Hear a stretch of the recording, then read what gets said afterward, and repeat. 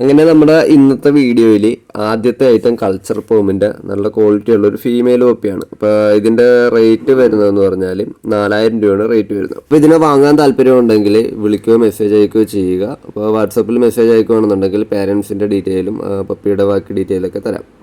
നമുക്ക് കേരളത്തിൽ ഇടുക്കി ജില്ല ഒഴികെ ബാക്കി ഏത് ജില്ലയ്ക്ക് വേണമെങ്കിലും അയച്ചു തരാം. 600 രൂപ ട്രാൻസ്പോർട്ടേഷൻ്റെ ചാർജ് വരും. ഇനി നമുക്ക് അടുത്ത പപ്പി വരുന്നതെന്ന് പറഞ്ഞാൽ ഷോർട്ട് കോട്ട് മോഡൽ ജർമ്മൻ ഷെപ്പേർഡിൻ്റെ ഫീമെയിൽ പപ്പിയാണ്. ഇപ്പോൾ ഇവരുടെ റേറ്റ് വരുന്നത് ഒരു ഫീമെയിൽ പപ്പിക്ക് 6500 രൂപയാണ് റേറ്റ് വരുന്നത്. അതുപോലെ നിങ്ങൾക്ക് ഏതെങ്കിലും പെറ്റ്സിനെ വാങ്ങാനോ വിൽക്കാനോ താല്പര്യമുണ്ടെങ്കിൽ നമ്മളെ കോൺടാക്ട് ചെയ്യുക. കോൺടാക്ട് ചെയ്യേണ്ട നമ്പർ കൊടുത്തിട്ടുണ്ട്.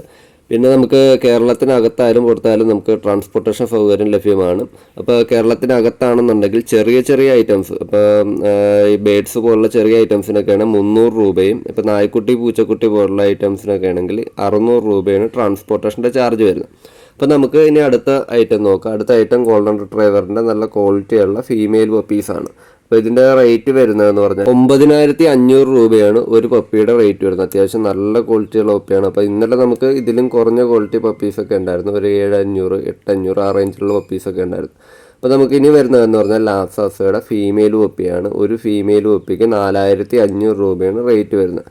ഇപ്പോൾ എല്ലാ ബ്രീഡിൻ്റെയും മെയിലിലായിരിക്കും റേറ്റ് കൂടുതൽ വരുന്നത്, ഫീമെയിലിന് റേറ്റ് കുറവായിരിക്കും. അപ്പോൾ ഇത് ഒരു കുട്ടിക്ക് 4500 രൂപയാണ് റേറ്റ് വരുന്നത്. കൂടുതൽ അറിയണമെന്നുണ്ടെങ്കിൽ വാട്സപ്പിൽ മെസ്സേജ് ഇട്ടാൽ മതി, പപ്പിയുടെ ഫുൾ ഡീറ്റെയിൽ അയച്ചു തരാം. അതുപോലെ തന്നെ നിങ്ങൾക്ക് ഏതെങ്കിലും പെറ്റ്സിനെ വിൽക്കുവാനോ വാങ്ങാനോ ഉണ്ടെങ്കിൽ നമ്മളെ കോൺടാക്ട് ചെയ്യുക. നമ്മൾ പെറ്റ്സിനെ എല്ലാം ബൾക്കായിട്ട് എടുക്കാറുണ്ട്. അപ്പം നമുക്ക് മുതലാകുന്ന ഒരു റേറ്റ് ആണെങ്കിൽ നമ്മളത് ബൾക്കായിട്ട് എടുക്കുന്നതാണ്. പിന്നെ ട്രാൻസ്പോർട്ടേഷൻ്റെ ഡീറ്റെയിൽ, അതായത് ട്രാൻസ്പോർട്ടേഷനെ പറ്റി എല്ലാവർക്കും അറിയത്തില്ല. അപ്പോൾ അറിയാൻ മേലാത്തവർക്ക് വേണ്ടി പറഞ്ഞു തരുവാണ്. ട്രാൻസ്പോർട്ടേഷൻ എന്ന് പറഞ്ഞാൽ ഈ പക്ഷികളെയും മൃഗങ്ങളെയും കൊണ്ടുപോകുന്ന വണ്ടിയിലാണ് നമ്മളിത് കൊടുത്തു വിടുന്നത്.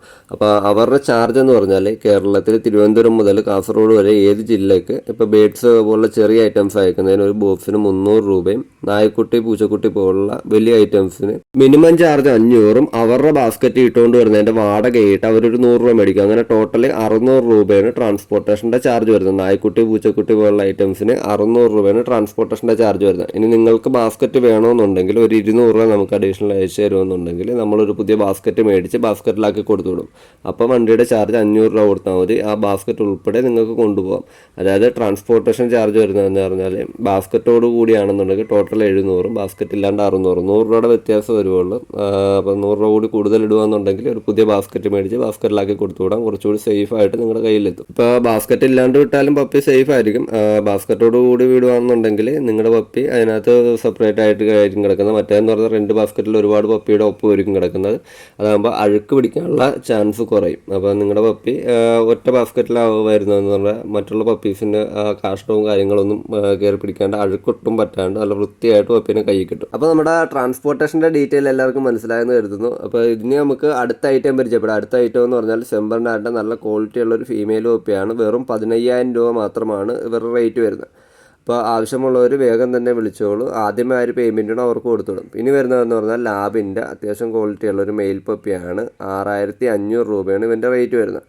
ഇനി നമുക്ക് ബീഗിളിൻ്റെ കുറച്ച് പപ്പീസ് ഉണ്ട്, അവരെന്ന് നോക്കാം. ബീഗിളിൻ്റെ ഫീമെയിൽ പപ്പിയാണ്. 9500 രൂപയാണ് ഒരു പീസിൻ്റെ റേറ്റ് വരുന്നത്.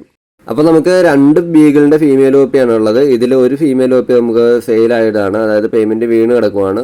മറ്റേ ആ ഒരു പപ്പിയുണ്ട്. അപ്പോൾ നിങ്ങൾക്ക് ഇതിൽ വാങ്ങാൻ താല്പര്യമുണ്ടെങ്കിൽ വേഗം തന്നെ വിളിക്കുകയോ മെസ്സേജ് അയക്കുകയോ ചെയ്യുക. വാട്സപ്പിൽ മെസ്സേജ് അയക്കുകയാണെന്നുണ്ടെങ്കിൽ പപ്പിയുടെ ഫുൾ ഡീറ്റെയിൽ നമ്മൾ ഇട്ട് തരും.